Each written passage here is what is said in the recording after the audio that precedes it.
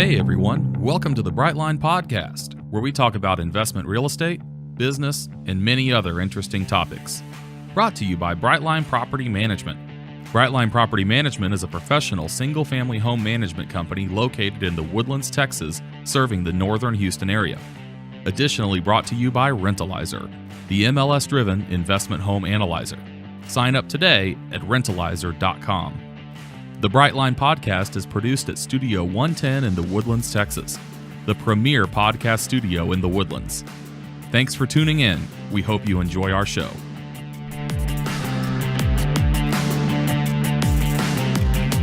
Hello, and welcome to episode number 3 of the Brightline Podcast.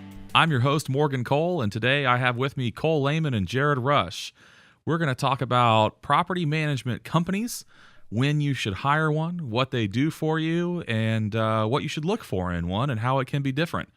All three of us are involved in the property management industry, or also active real estate investors, so we have a lot of input on this subject, and we would love to share with you our thoughts and experiences on what it means to work with a management company. So I'm Morgan Cole. I own Brightline Property Management. I've been in property management and real estate, investment real estate, for about 10 years now. I own a portfolio of rental houses as well as other types of assets such as mobile home parks, RV parks, and things of that nature. Here at my company, Brightline Property Management, we specialize in managing single-family houses. We're located in the Woodlands, Texas, and we deal with houses out in the North Houston area. Cole is also an employee of Brightline Property Management. Yep. And he's been with us here for about a year. Yeah, about a little over a year now. I've been in real estate, and for 2 years I've had my license, and been doing it with our family for 3 or 4 years now. So we have 2 investment homes. We have a third kind of on the hook that we're trying to get converted over. We do it a little differently than your average, just go buy and turn around and sell it out because of where I'm at personally and that sort of stuff. So yeah, it's pretty good. And Jared, what about you? I don't know what I do these days, but I'm a real estate investor. I've owned a property management company at one point. I know a lot about property management, but right now I'm trying to actively find new investments, which could range from your typical normal stuff, but also what you do mostly, which is single family houses, is what interests me most lately. Yeah, we've been looking a lot lately, at trying to find more efficient ways of identifying single-family houses. We have the Rentalizer software we're using, and I'm excited to really focus on growing both of our single-family house portfolios. I like the ones that I own. I own several of them, and they do really well. And I think that it's I have a saying. We'll wind up doing a podcast on it at some point in the future. But I have this saying that I think everyone should own a home, just not necessarily the one they live in. Yeah. And I did a presentation one time about why buy when you can rent.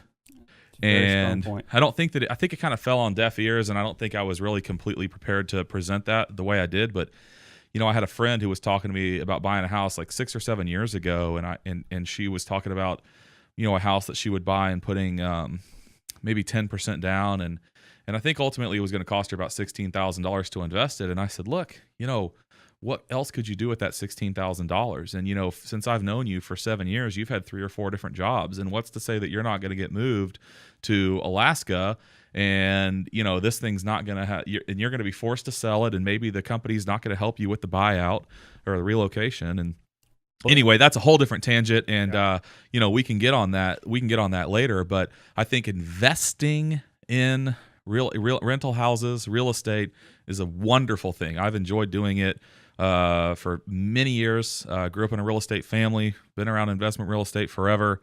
And I really, we created this podcast to help educate our listeners about investment real estate and how to be doing it right.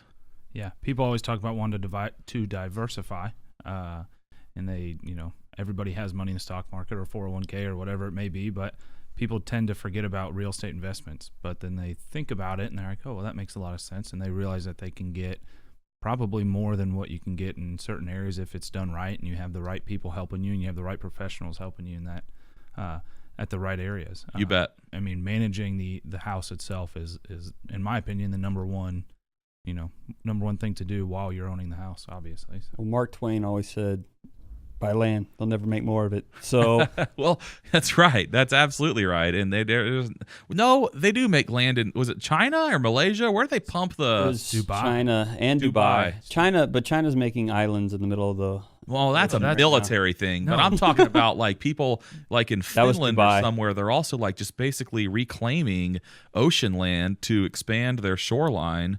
Well, what does Mark Twain know then? Well, I guess is land underwater still considered land? Sea land? No, I don't know. It's Dubai. They built. Look up Palm Island. I've seen it. Yeah, it's ridiculous. Yeah, it's awesome. Yeah, or they have the world as well, I believe. Yeah. Well, let me set the stage for how this podcast episode came to fruition here. I was having dinner with my wife, and her friend came into town, and she was asking me about all this social media content we've been putting out on Facebook and Brightline Property Management, and she was asking me about managing houses.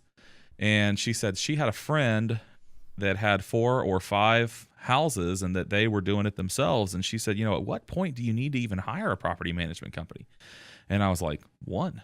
Yeah. And and she was like, really? If you want to ever take a vacation or if you want, books, or we can get into all that. But yeah. Yeah. And 1. And so then the other question, I think she said something, and basically I had to correct some part of the conversation I said, there must be a little bit of a miscommunication as far as like what people perceive as hiring a property manager. I said, in my world, hiring a property manager is a saying, but you're hiring a property management firm. Correct. You're hiring a property management company. We're not hiring a person who is, in Texas, you're supposed to be licensed and have your broker, approve that you're able to engage in management activity. And there are a lot of realtors who are probably successfully managing a small portfolio of real estate. But at some point, they're not going to be able to, as a one-man show, provide the services that investment clients are demanding. I know a lot of investors who are the one-man show, and it runs them ragged. And at the end of the day, their wife is doing the books, and their cousin's brother is the maintenance man, and at the end of the day, it just doesn't work. And what if they go on a family reunion? If they go on a family reunion, they're toast. But ultimately, the thing that I see an advantage of hiring a property management company that I've done specifically for my own properties is there's also a disconnect between you and the tenants. And having that disconnect, being able for me to be Mr. Investor and the management company to be the fixer, if you will, has allowed me to have the freedom to travel or be the actual real estate investor, but also to look at things objectively and not be in the trenches fixing it myself. That's go ahead. Yeah, Cole. Treat it like a business. I mean, if you watched our last episode, whenever we talked about the horrible things that I went through personally for my first house, I realized that I was too close to her and that sort of thing. Yeah. Unfortunately, I got burned on it. But yeah, if you can treat it like a business, you can make the decisions that make sense financially and for the house as a business, because that's really what it is. That's a big issue. A lot of people are not willing to confront's the wrong word. A lot of people are not willing to address issues that present themselves with their tenants in an objective manner. Jared hit the nail on the head. They're not able to say, hey, listen, the lease says the rent's due by the 5th. Right. And we have a $100 late fee. If you pay on the 6th, you paid on the 6th, you have a $100 late fee. Most individuals, or maybe even a less professional, residential property manager, is just going to say, man, I'm just so thankful to even have the rent.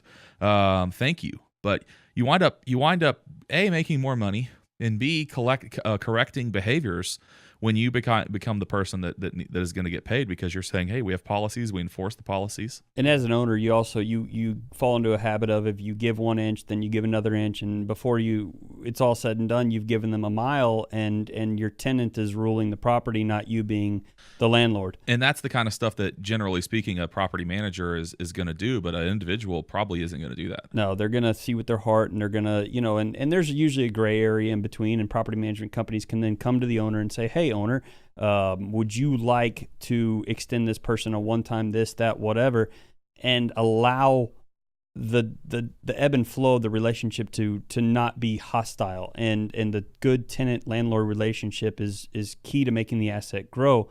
But ultimately, what I see is me as an owner not making the best business decisions sometimes because I see with my heart and not the bottom line.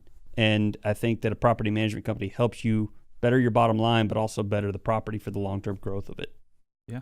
It's not to say that we're heartless or we're never going to work with them, but we're just, I think professional is the right way to put it. We're very professional about it, and we do go by the lease, which is, the Bible, and as far as we're concerned right now. But it's funny, they talk about not being able to pay and all that. When you manage something yourself, you probably don't have that many ways to pay. It's probably a, check, or if you're really crazy, actual cash on your doorstep, which I've done.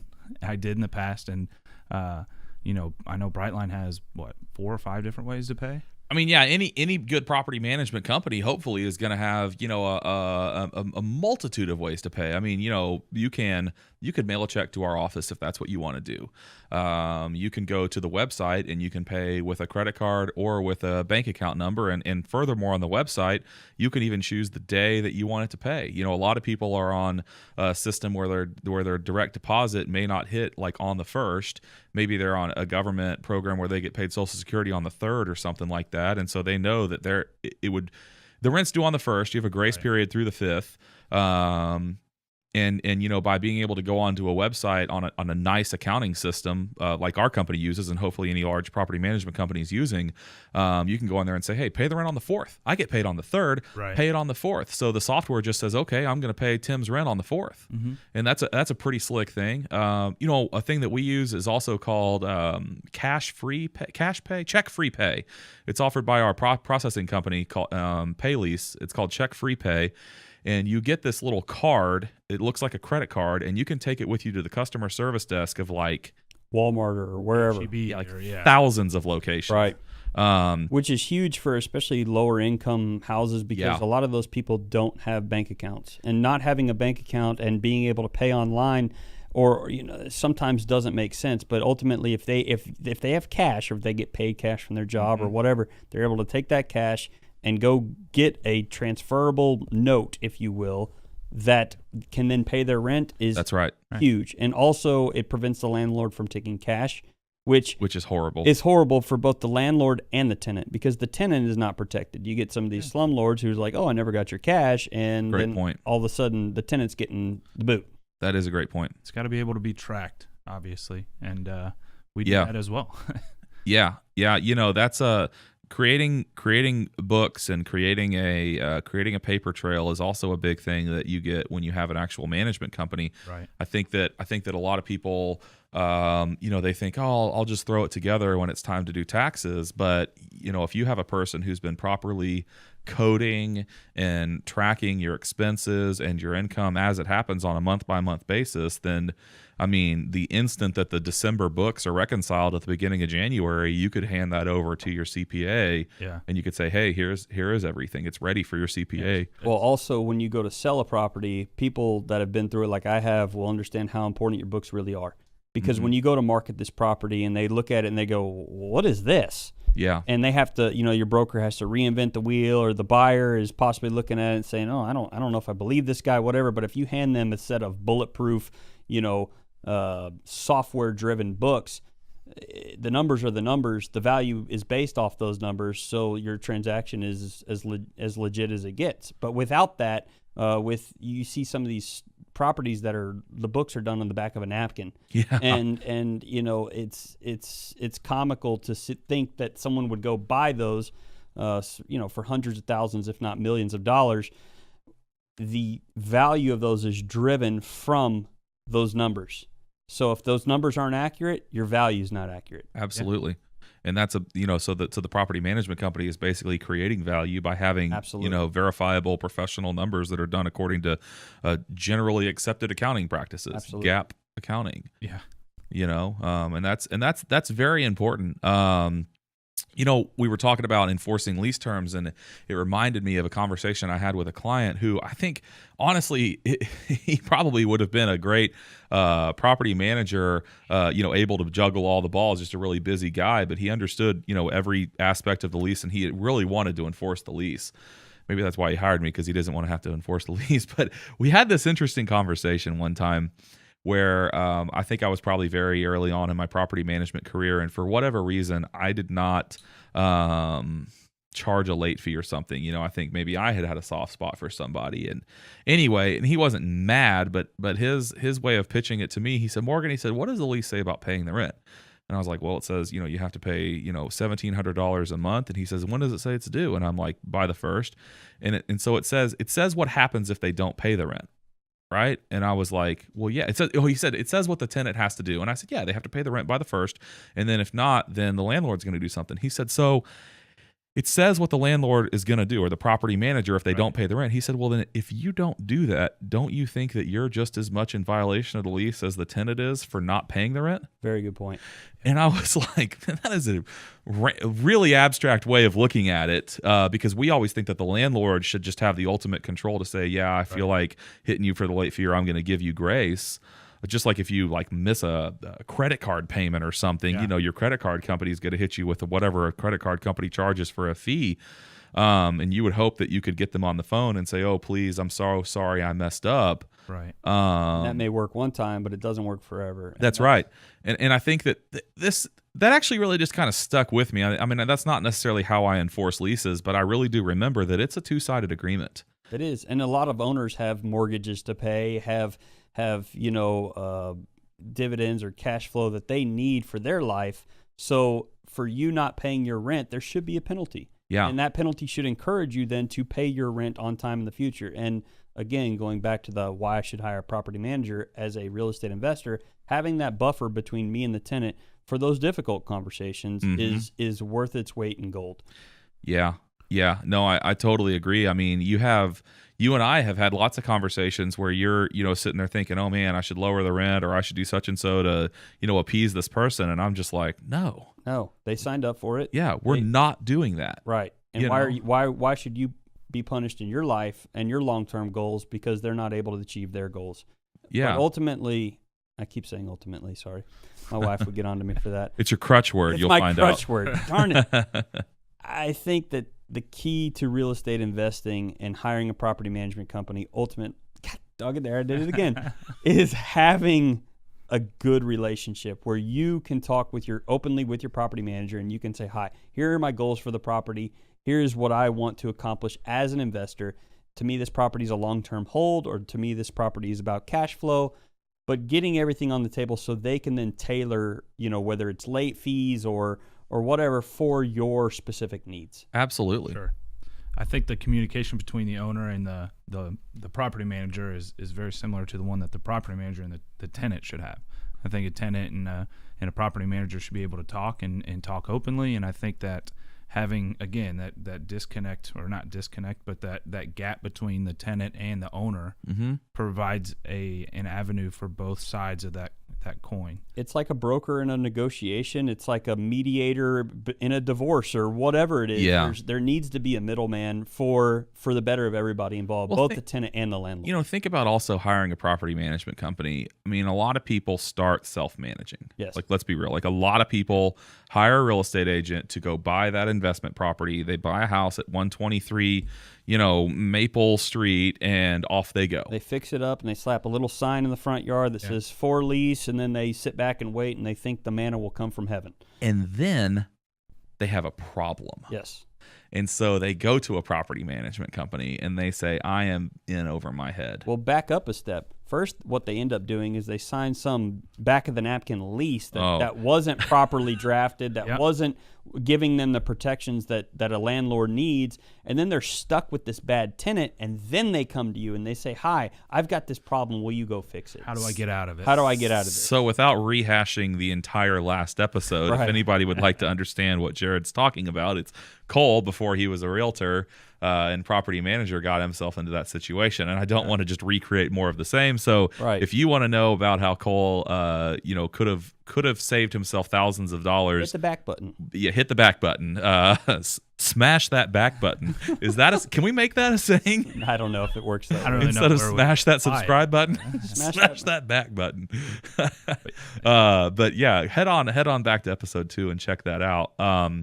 But anyway, fast forwarding to having a management company, people sometimes wait and they think I'm going to wait until I get in a jam. Yeah. But if you had hired a property management company from the beginning, I'm not saying jams don't exist. I'm just saying that we have like eons more samples of experience than a person who has bought their first house.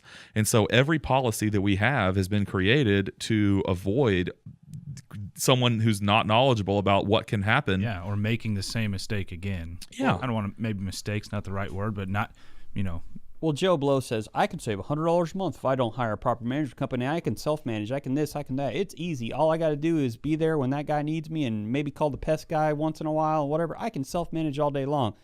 What they don't see is the 24/7 phone service. Yeah. Bilingual phone service. So they don't see all these huge things that it's like, that's what that $100 a month is worth. Yeah. And so I guess half of that we could attribute in this particular conversation to like peace of mind. And the other half of it is something that Joe Blow simply doesn't have the resources to hire a 24/7 call service that's bilingual to assist him. And I think that also is kind of the difference between hiring a property manager and a property management firm. Correct. And I didn't realize till I was having this conversation the other day with my wife and her friend that I don't think people have a clue. It's just not talked about. Like the phrase is, I hired a property manager. So what do you get? And they're talking. You own the property management firm. I obviously know what you get, but you tell the listeners what you get as a property management firm versus a property manager. Well, as a property management firm, we joked about everybody going out of town, but legitimately, if somebody goes out of town, there's still somebody there. Nobody's, the office isn't empty. I'm off this Friday, actually. There you go. Yeah. So Cole's going to be gone, but we're still going to be here, and we have, like we mentioned, for us and probably any large firm, they're going to have 24/7 call center. In our area, we're just north of Houston in the Woodlands.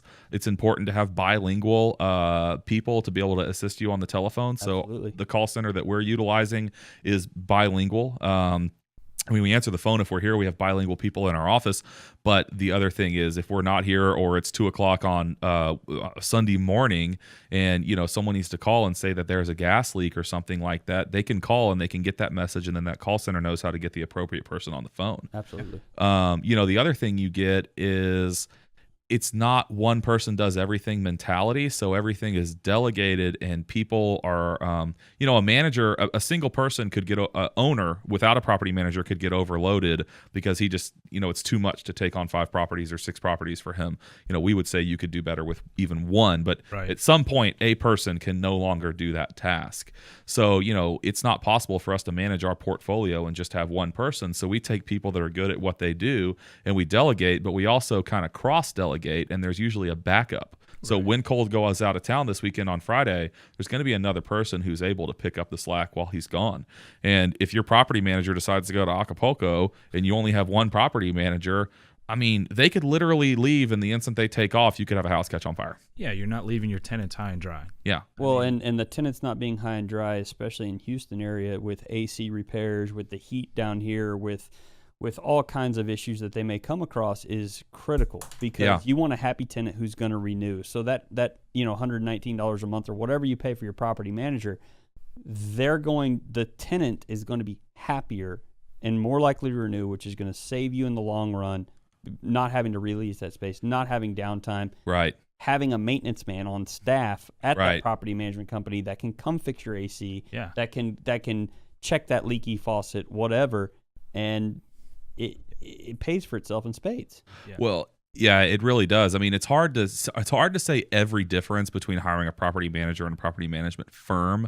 It just really stuck out to me that I think that a lot of people imagine what they're doing is they're just paying someone to do something they could do. Yeah, they're talking. Oh, that's easy. I can do it. Yeah. I can do it myself. Oh, I'll do my books. If there's a plumbing leak, I'll call Roto-Rooter. That's easy. But no, when it comes down to it, and you have a, for lack of a better word, ticked off tenant on the line, and they're hooping and hollering you because it's Saturday afternoon and their kid's birthday party and their AC was out and you can't get an AC company out. gonna rue the day that you didn't hire that property management company. Or you're going to crazy overpay just to get an AC company to drop everything and Correct. show up, when your property manager that has like 9 AC company owners on their cell phone can get one there in an hour. That An we know AC by certified first That name. we know by man first that name, can yeah. come check the unit and go, oh, it's just Exactly. a capacitor. Oh, I'll fix that real quick. Right. Yeah, that's right. I mean, for us, we have a maintenance man who's AC certified. So, we also could just dispatch him and say, if it makes the most sense, have him go fix it. Absolutely. So people think, they talk to you or they talk to me or they talk to Amy, whoever it is, and they see the face and they associate that with one person. But in all reality, they've hired a call center, they've hired an accountant, they've hired an actual manager to do it, a tenant liaison.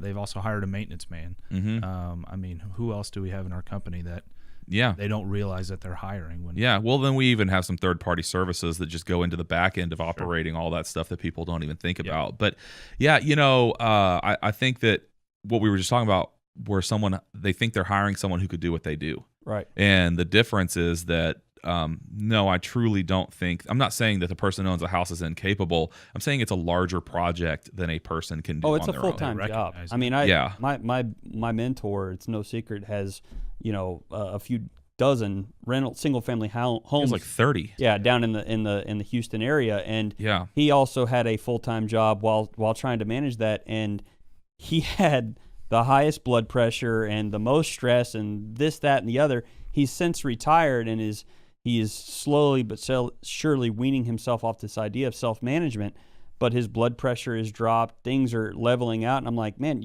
if you actually hired a management company, you could go on vacation. Right. Like, you could actually retire. You could be the investor, not the guy fixing the sink at 3 a.m. I mean, he's actually paying for it. He is. He's paying himself for it. And, his mentality is, if I can do it myself, it gives me something to do. Yeah. That's great and all, but he's a little bit different bird because he doesn't have kids. He enjoys working with his hands and getting in there and getting dirty, which is great. But a lot of real estate investors, they want to be able to travel with their kids. They want to have the freedom to go and do these things that if you have 30 rental houses, or even if you have 5 rental houses, you're not going to be able to have the freedom to go and do. I think he's also saying that he's not only paying himself financially, but he's paying in his health and he's paying in his time. Yes, that is what I'm saying. Yeah, I mean, he is paying for it. He's paying for it. It's being paid for. Right.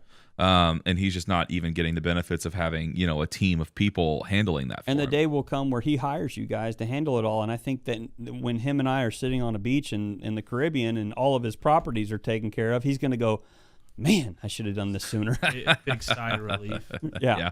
It seems like a simple task. I mean, you do think like, well, okay, I own a house like that I live in. Like most people own a house that they live in, right? That are considering buying an investment house anyway. I don't know what percentage of the population lives in a house they live in, but anyway, if you're considering buying an investment house, you probably own the house you live in. So you think, well, man, this isn't rocket science. Right. When the air conditioner breaks, call the AC guy.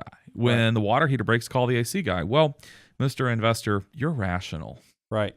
Yeah. And you also understand the resources that you have at your fingertips, and you have a value for the work you would need to get done.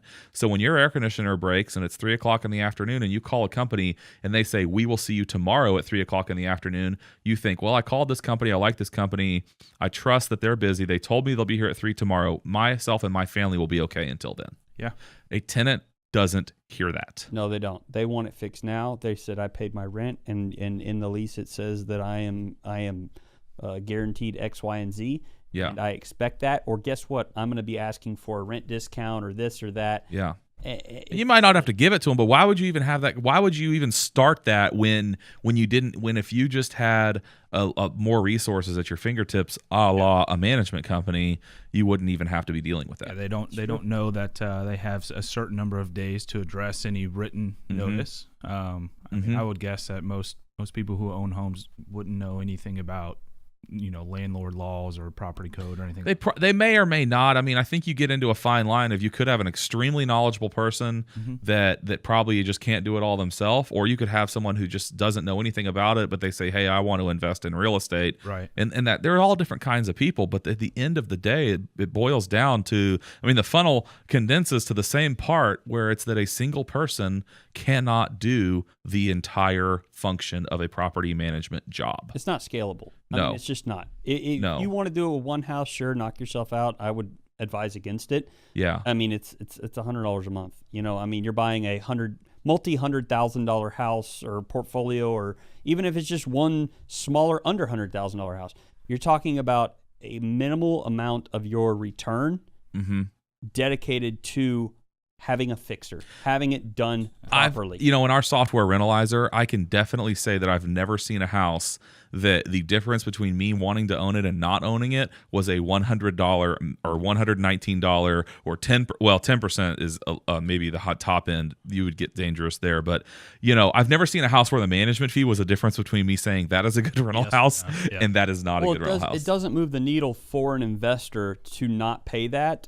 And also, it's kind of the industry standard. So when you do go to sell these properties, if you self-manage, the big firm brokerships are going to add a management fee back into your books. Yeah. They're going to say, you know what, I get it, you self-manage, whatever, but you're trying to sell this portfolio of houses.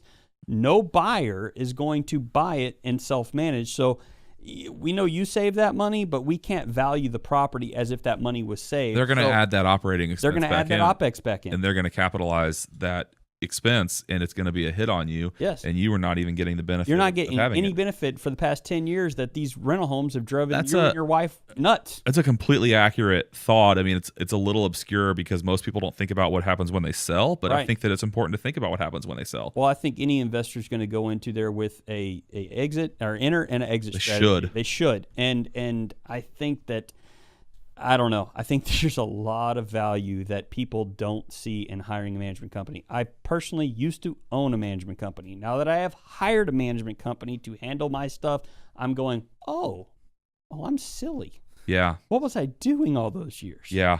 Yeah, even you doing it, having a management company on your own, I mean, you see what, a different management company does, and you see... Well, your use of technology is insane. I mean, let's be real. You do things to the nth degree, and your ability to... I think there are management companies and there are management firms, and I think there are also big boy management firms where you're just a number. Here, you have a boutique approach. Sure. I mean, you could pick up your cell phone right now and you could text message every single one of your owners. And having that ability and the connection with you and the connection with Cole and knowing the front office staff and all that as an investor is critical, because I'm just not another number. I'm an actual person in there, and I matter. Right.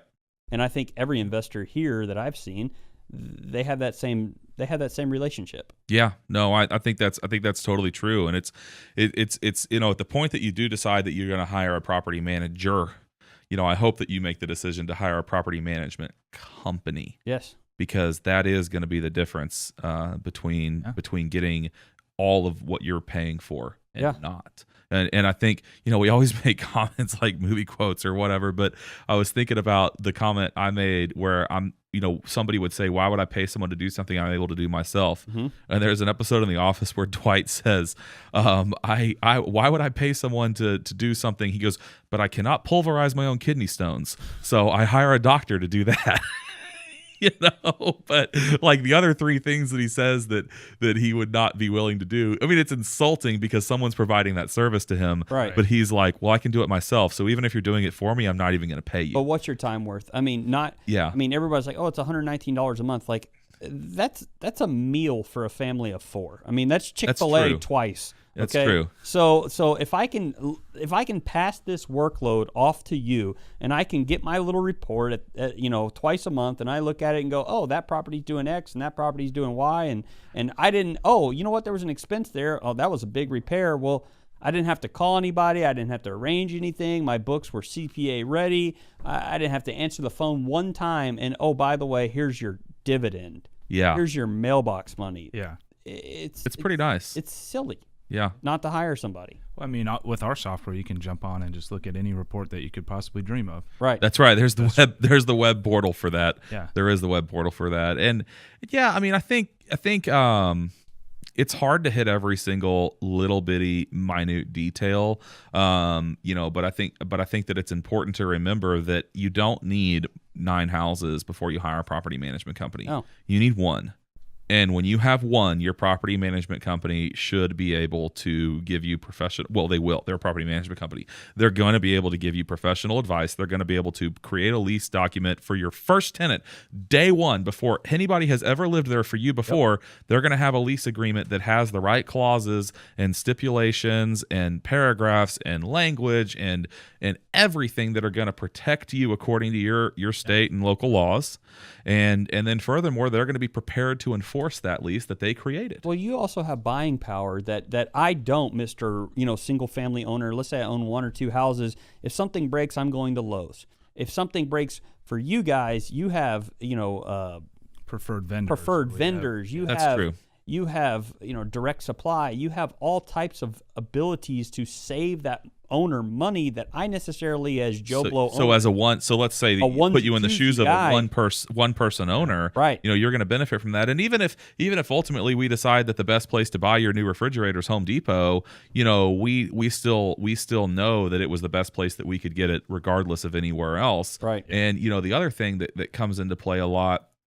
We've had some people before who said, well, we'd like you to get 3 bids before you do any work. And we don't do that anymore because it ticks off the 3 guys that went and did the bids and and 2 of them didn't get the job. And it ticks off the tenant because they had 3 people come into their house and no one even used a screwdriver to fix the thing. But as a company who has things fixed continuously all day, every day, we know what it should cost. And you have those preferred relationships with those contractors already where you're not getting hosed. Well, that's exactly right. So not only do we know what it should cost, but we know that these guys are charging us that amount of money and not more. And we when we call someone and say, hey, go fix this, we just say, yeah, that's the right price, or hey, no, that should be X, or I would be willing to do it for Y, and then the job gets done. And so even the one person owner that would generally not have that kind of leverage or exposure or experience is getting the benefit of our entire portfolio and our management experience. Well, you hit the nail on the head. You have leverage, you have buying power, you have clout. When you call somebody, that AC company is going to go, oh, that's Brightline? Okay, yeah, go ahead and bump that up the list. Yeah. Versus me, Joe Blow owner, that owns onesie twosie of this things, I'm not a priority. That's I'm right. Not a priority for them. That's exactly right. I mean, one of the things that we do is rekey after each tenant. And we have a guy named Roger with Rekey Express, and I can either call him or text him directly to his cell phone and say, hey, Roger, I got a house at 123 Happy Street. And he says, all right, I'm on my way. Yeah. He goes over there, and since we have a relationship with him when we are in real estate, we do get a I don't even remember the percentage, but we get a discount, and we pass that along to the tenant. Right, yeah, exactly. So I think it costs $85 to rekey a house. Up to 4 or 5 cylinders, and then if you were to do it on your own, it would be over $100. So yeah, right there, you're saving 15. There you go. And for you to not mark that up from the owner's perspective is 1, noble, and 2, totally away from the norm, because a lot of these management companies have gotten a bad rap, have gotten a bad name because they will fee their owners to death. They will say, hi, this fee is for that, and this fee is for that, and all of a sudden my $119 turned into $250 management fee a month, and then I'm rethinking upon release renewal, wait a second, maybe I can do this myself. Yeah. Or maybe I'm going to start my own little management company, and I can have my wife do the books, and I can have my maintenance man be my brother's uncle's cousin. Yeah. I think that you guys do an excellent job at saying, here's the price, here's what it gets you. We're not going to fee you to death. Sure, there are some oddball things that pop up every now and again, but you know what? It is what it is. Yeah, that's a good point. When you are selecting your management company, you do need to compare their rate schedule amongst other ones, because the price that they give you up front may not be the end of the month price by the time they pay some bills or charge. Maybe if they decide, if their policy is to upcharge repairs that cost more than a certain amount or something like that for like a construction oversight charge or something. Oh yeah. I've seen them all. I mean, it's like, we get a 5% fee on top of repairs over X. Right. That 5% starts affecting your bottom line, which it does. What a lot of owners who are novice don't understand is that actually devalues your property, because when you go to sell this thing, it's based off an income model. So the less income you have, the less your property's worth in the grand scheme of things. Absolutely. And I mean, you're used to dealing with large commercial properties, and you're right, it's specifically income driven there. Houses on a portfolio basis are going to be income driven. Houses on a onesie twosie basis, when you decommission a rental house, it could just be sold to a nice family that wants to buy it. Right. Yeah. But you're right, you do need to watch out for those expenses, both because you're enjoying the income and you don't want to get beaten up, and also because you need to protect, and not pay any extra expenses or not incur any extra expenses as a standard operating cost on the property, because that's going to hit you when you go to sell it. It's your bottom line. And you think that you can have 12 months to, get your books right and whatever before you sell, but all of a sudden people are paying crazy cap rates and you want to sell and you go, man, I wish I didn't have that expense on there for the past year because it devalued the property by X or the portfolio. And yes, I do think more of things on a macro level versus, the micro onesie twosie as a real estate investor. But I think also real estate investors aspire to own multiple properties. I don't think most people get into the rental game to own one house. I usually tell people to avoid 10. that. Yeah. And if not, because you got to diversify you got to spread it out because you're going to have vacancy. You are. And if you have one house, if you have one house 100% vacant while that thing is vacant, or 100% occupant, which is great. It's all or none, but you've got to spread out your risk. Yeah, that's true, and that's not to say that you have to have 12 houses so that if one house was always vacant, you'd always only have 8% vacancy. Right. It's just that I think that some people that are the most disappointed in being landlords are what they call in the industry accidental landlords. Mm-hmm. Yeah. Whenever I talk to somebody about what I do, and then I'll maybe say, do you have any investment houses? Or have you ever had an investment house? We really liked this house. My wife didn't want to sell it, so we decided we were going to rent it. Yeah. We had a great tenant for the first 2 years, and then she, moved off with her husband, got married, moved off, and then these kids moved in, and the house fell apart. And see, so the accidental landlords, those are the ones that probably don't have their sights set on owning a portfolio of houses, but they're doing it not because they wanted to. Right. They're doing it because their set of circumstances just turned into they needed to. Right. And those are always going to be the people that are probably going to want to try to save the most money or so on and so forth. And it might be the hardest to get them to realize the value of a property manager. But I think that, when you do have the person who selectively decided with intent that they wanted to become a professional landlord and they wanted to buy houses and grow their portfolio, those are the kind of people that are certainly going to be happier that they're hiring a property manager. Well, you're hiring an expert that knows what's going to happen with this house. If I'm just going into it and I'm like, I'm going to buy a rental house, I'm going to put it up for rent, I have no clue about budgeting. I have no clue about what a roof should cost. I have no clue about what a capital expense is or how to get debt on this property or anything that you guys can help out with. And I think that you don't know what you don't know. Yeah. And real estate will tell you exactly what you don't know very quickly. And then all of a sudden you're in over your head going, oh, I wish I would have known that. And somebody that comes to you that hires you guys can say, oh, well, if you would have talked to us about this prior to this situation, we could have told you you're going to want to save X% every year for capital repairs. Well, yeah, there's a huge one right there. Back to, hey, I own a house. I know how simple it is. My house doesn't break that much, so I don't think it's going to be a big deal to manage this thing. Well, you don't live in your rental, so it's probably going to experience more maintenance than your house. But even if you have the most wonderful tenant who takes the most amazing care of your house, you're probably not thinking to reserve, maybe 5% of your gross income for those capital expenditures. I mean, there's a $10,000 roof above your head. Yep. Or more, or less. I don't know. But that roof isn't going to pay for itself. Nope. Unless there's a hailstorm. But, and then you're still going to have depreciation and useful life and all that. But yeah, there's guidance that you get out of that. And I have people all the time that just say, hey, what do you think I should hang on to for repairs? And we can just throw them that number. And sure, they could have gone to the internet and Googled that, but the person who's taking care of their house is giving them the answer that they also know the local rates. They know right. If you're in, I don't know, California, landscaping is probably going to be a little bit more expensive than here in Houston or maybe Minnesota or wherever. Sure. Right?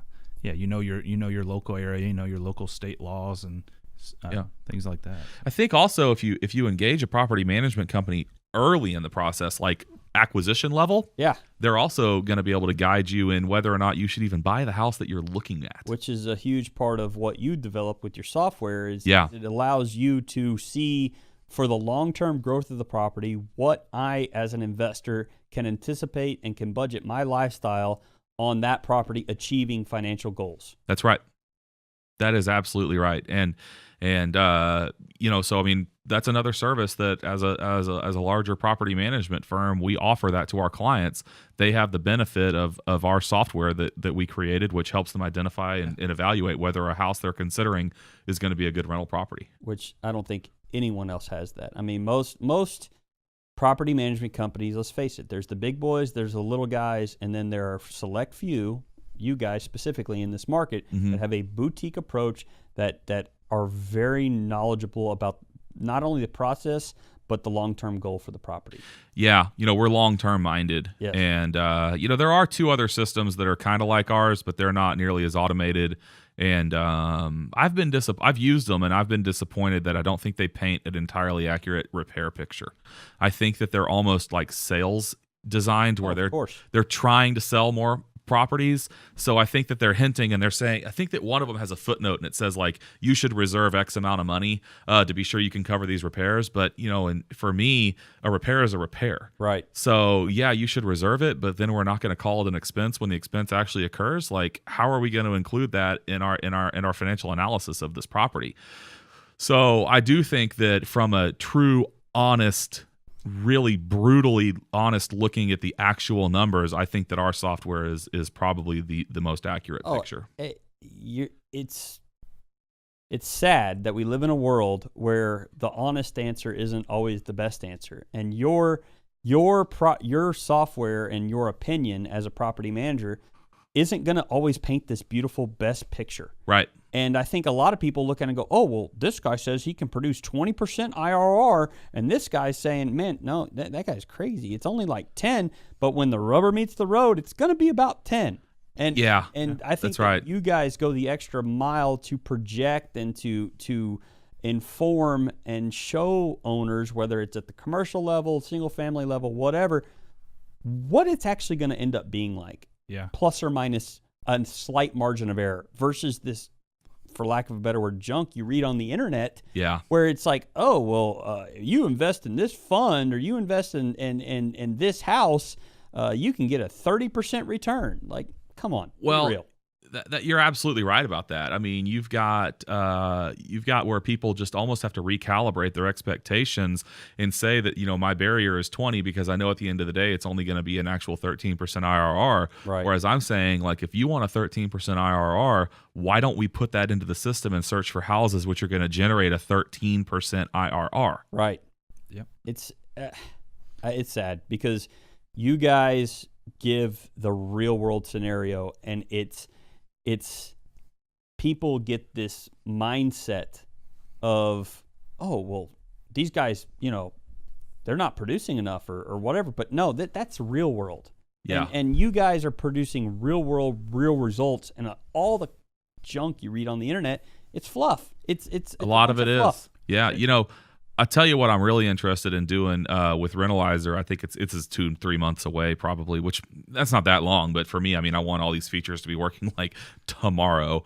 But what we're going to start doing is pulling down actual real world data from our accounting software that are the experiences that we actually have with our rental properties. Huge. And we're going to be putting that into Rentalizer, and it's going to say, like, it knows based on a house that's this age, or that it hasn't, maybe not the house age, because houses get rehabbed so much that you get into like system age. Mm-hmm. So it'll know that based on, we tell it that a house is this big, and it'll say, okay, the roof that's this old, you need to know that it's going to cost you, $9,000, and we estimate you're going to incur that expense between 7 and 12 years from now. So budget for it. So then we would look at the cash flow that house is going to generate, and I might not say to you, I would love to have an analysis model. So I mean, this is not fact, but I would love to be based on statistics and past performance, be able to apply that to a future model and say, look, yeah, we are reserving $1,000 or $1,500 a year for maintenance, but it's okay that you are that you're only gonna that you're not gonna be able to afford that for the first 3 years because this house has a brand new roof and a brand new air conditioner and a brand new water heater.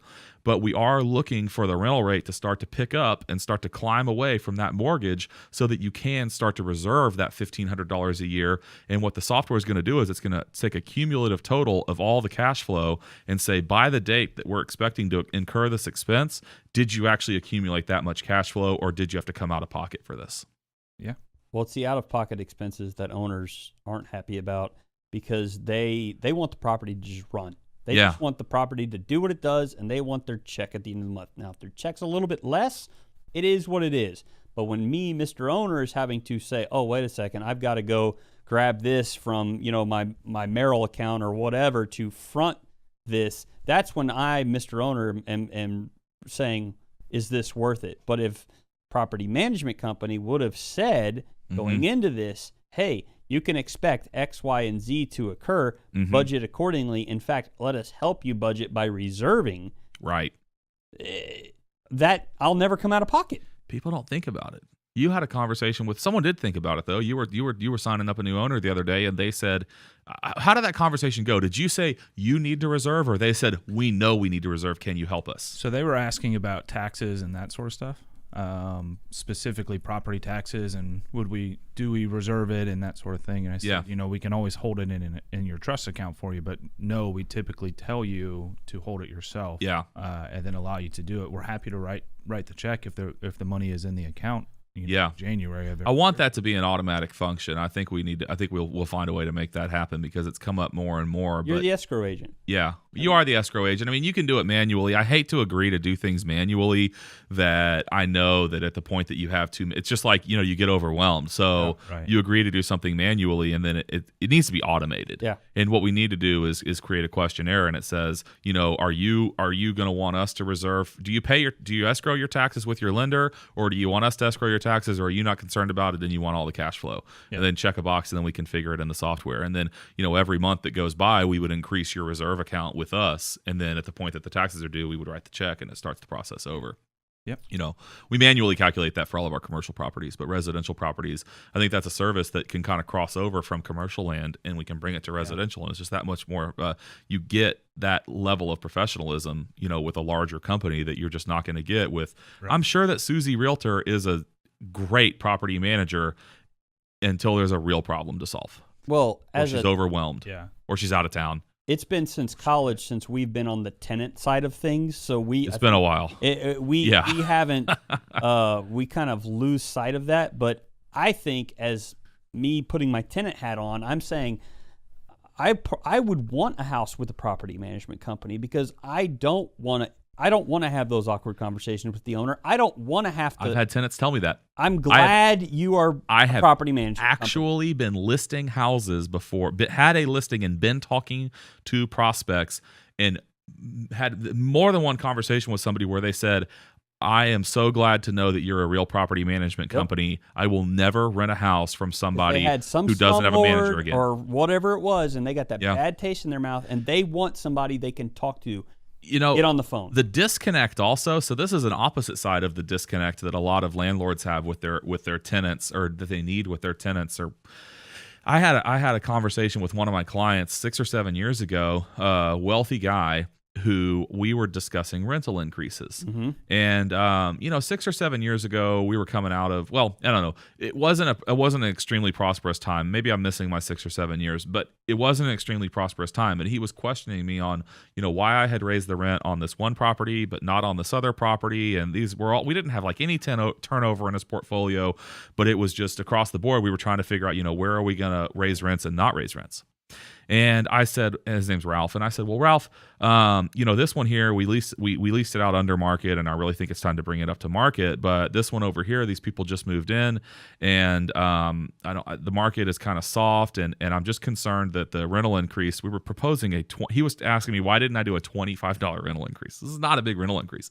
And I said, Ralph, I think it's a soft market right now, and I do not think that you want to be at the top of the market with that $25 increase, and I think it's just too much for them.